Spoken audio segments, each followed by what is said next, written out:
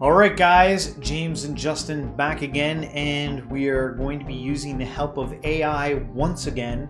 I like just to throw in some interesting questions every now and then, and one was, could you give me some mystical verses from the Quran and, explain how they are potentially interpreted as mystical? So there's kind of like the verse and then the interpretation. It's a very short video, it's only like 4 minutes. So we'll take a look at it and then we'll talk about it after it's done. All right, let's do it.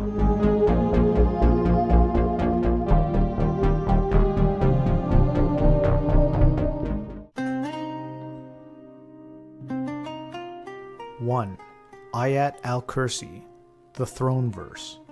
Surah Al-Baqarah, Surah 2, verse 255. Allah, there is no God but He, the living, the self-subsisting, eternal. No slumber can seize Him, nor sleep. His are all things in the heavens and on earth. Who is there that can intercede in His presence except all as He permits? He knows what is before them and what is behind them, nor shall they encompass anything of His knowledge except as He wills. His throne extends over the heavens and the earth, and He feels no fatigue in guarding and preserving them, for He is the Most High, the Supreme, in glory. This verse is often seen as a window into the divine omnipresence and omniscience, expressing as God who is not simply a being within the universe, but whose very being encompasses, sustains, and transcends all existence. In the mystical tradition, this verse reveals the intimate and all-encompassing consciousness of the divine. Nothing can exist or move without being enveloped in that awareness. The reference to His throne extends over the heavens and the earth is not literal, but symbolic of an infinite divine presence that penetrates all layers of reality, both seen and unseen.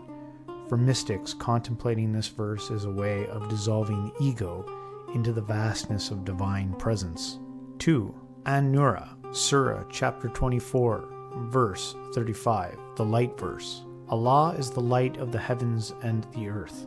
The parable of His light as if it were a niche, and within it a lamp, the lamp enclosed in glass, the glass as it were a brilliant star, lit from a blessed tree, an olive, neither of the east nor of the west, whose oil is well nigh luminous, though fire scarcely touched it, light upon light. Allah doth guide whom He will to His light. Allah doth set forth parables for men, and Allah doth know all things. This verse is one of the most celebrated in Sufi mysticism because it uses the metaphor of light to describe the divine, something at once universal, intimate, and elusive.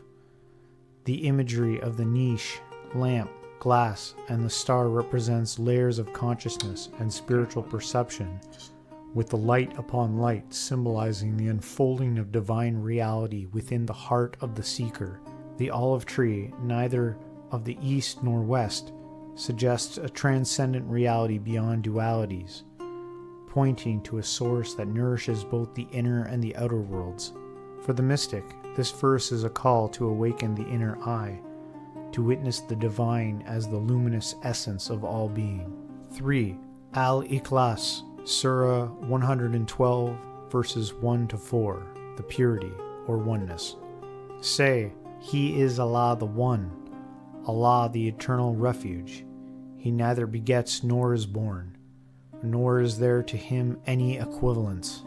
This brief surah is considered deeply mystical because it strips away all anthropomorphic and dualistic notions of God, affirming pure unity, Tawhid, without form, origin, or equivalent.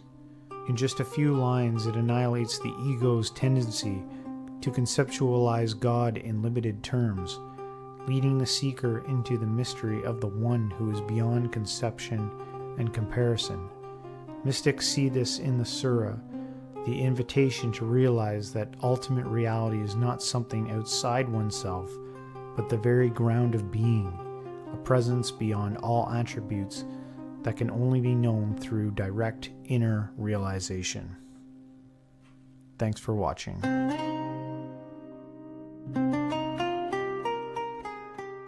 All right. Well done, James. Good editing. Very straight to the point and easy to understand. No? It's interesting. I had a thought in there. Well, my first thought was I didn't realize that was going to be your voice coming through. So when I put the earphones in and James is whispering, soft talking into my ear. It's cheaper if I just do the voice rather than pay the software to have the voice do it for me. And you can do it. What was I going to say? Oh, right. So it's interesting to me that people even talk about this stuff that, one of the last things that was said was can only be understood through direct inner experience. And yet people there's endless tomes of people trying to describe God. You know what I mean? Which turns it into a concept, which always turns it into I'm almost like, maybe you shouldn't talk about, maybe God's not you shouldn't talk about it. I don't really think that. But I think that it can serve to distract you from that inner realization. Yeah. I think it's more concept. It's already the case. It's you'll be happy when you're rich. So you spend your life trying to get rich, and then studies show that anything above 70,000 is not really much difference. It's it won't do that. It won't make you just happy. It's more money, more problems. And for this God stuff, it's you could sit there and try to point to it and try to explain it. And it's but at the end of the day, the inner realization is going to be just an inner realization. It's probably not going to be what you expected at all. Especially when it comes to the nature of God. There's some guys I've been following lately that they've really been pointing towards the infinite, which I feel like this video kind of was doing, even with the artwork that I selected for the background, the geometric shapes, and how it just seems to go on forever. You can go on forever with these shapes, infinite. And another big theme was contemplation, spending time just sitting there with these verses. How long do you spend just, thinking about one verse and what it actually means? Not just taking someone's interpretation of it and then holding it as a belief, but meditating on it, thinking on it for long periods of time. I'm anti that. I'm anti it. Into meditating on something? I'm anti the horse shit. I'm anti any. What I really am is anti any. What do you mean? I'm explaining it. Okay. What I'm anti is anybody. Christ would say things like, "My sheep will know my voice." I'm pro knowing the voice of the guy, and maybe I'm not the guy. Maybe you're not the guy, but I'm pro being able to recognize the guy or the gal or reality itself, recognizing it. But people have a long history of believing snake oil salesmen. I'm not selling you shit. I'm just talking. I'm trying to be as honest as I possibly can. Yeah. That's what I'm trying to do. And that's my advice. Be honest. If you're not honest, you will be lost in conception. You will dedicate your life to nonsense. There are tomes and tomes and tomes and tomes and tomes and tomes and tomes of books. And there are people that go, and that's what it takes. It's also people that spend their life savings on weird collections. Well, maybe part of the reflection or the meditating on these things, maybe it's kind of like a breaking tool that once you do it long enough, you almost give up on it to realize that there's no getting to the end of anything. Well, maybe, yeah, but that's I say, if you can't be honest, you will be lost in the reeds. Yeah. You won't be saved. You shall not enter the kingdom. You got to be honest. And so, the verse of the Bible that says, love your neighbor as yourself. Yeah. I feel like if you don't get that, be like, I don't get it. I don't love my neighbor as myself. I don't love my neighbor as myself. I want more than he's got and then if you're honest enough about that, you will realize that comes from trauma, because the reality is some people get it. Some people get why that's true. Why I literally want you to have everything that I have. I want you. People get there's no point in me bettering myself and you being shit. I literally want the best for everybody equally to wanting what's good for me. And I only want what's good for me so that it's good for you. So that I'm actually capable of helping take more care of you. Until you get that, if you don't get it, just be like, I don't get it. I don't get that. I'm not that way.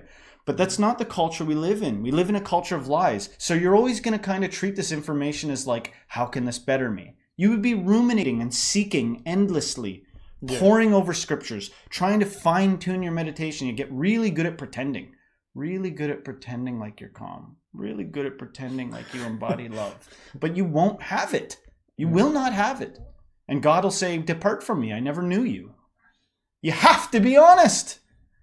All the way to the point where that's how you get a Christ. That's how you get the real deal. There's like one real Christian. The rest of them are fakes. There's one real guy that says, and I'm speaking hyperbolically now. There's plenty of real Christians and real Muslims too. But I'm saying Christ was like, fine, if you psychos need to kill me to create a religion out of me and then like feel like you've been saved, then I'll even offer my body. Here it is, broken before you. That is what you're after. And if you ain't there, just don't say you are, because that muddies the waters and it makes everything crazy. You know, that's what I meant by my initial point of it's amazing people talk so much about this. Even the people that have actually had the experiences, even the people that have like touched the face of God. How can you talk about it? How can you talk about it if it's an experience? How can you talk about it if it's everywhere? Everything's already everything.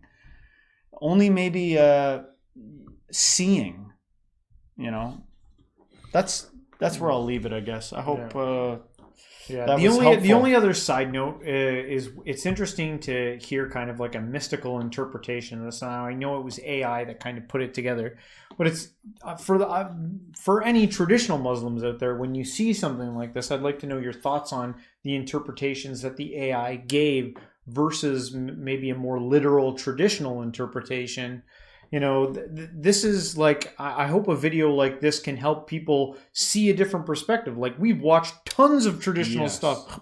We've listened to tons of traditional stuff. So no one can say out there that we haven't done our part in listening to other people from a more literal stance. Yeah. So we like to shake things up every now and then and throw in a video kind of like this, which is not so traditional. And has a different side, a different way of looking at it. What do you think? The approach. What do you think about it? You pointed out actually a lot of good stuff, especially with the geometry and the infinite repeating patterns. Like, that's a good point. What's with this fascination with infinity?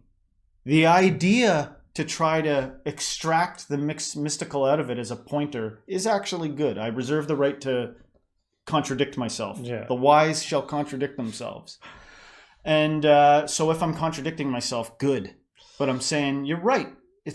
Why are they pointing at it? Why even discuss the infinite? Why discuss this stuff? Yeah. Try to see why. You know, I'm just adverse to people getting lost in the labyrinth of seeking.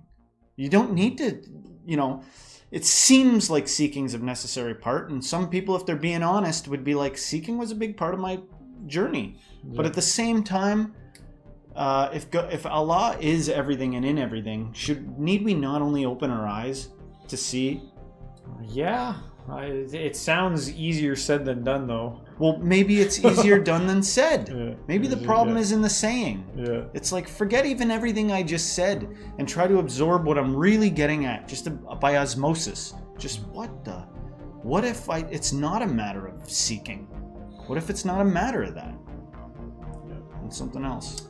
Well, anyway, guys, hopefully you enjoyed this. If you did, please don't forget to hit the like, subscribe, share this with a friend, and everyone until next time, stay spiritual.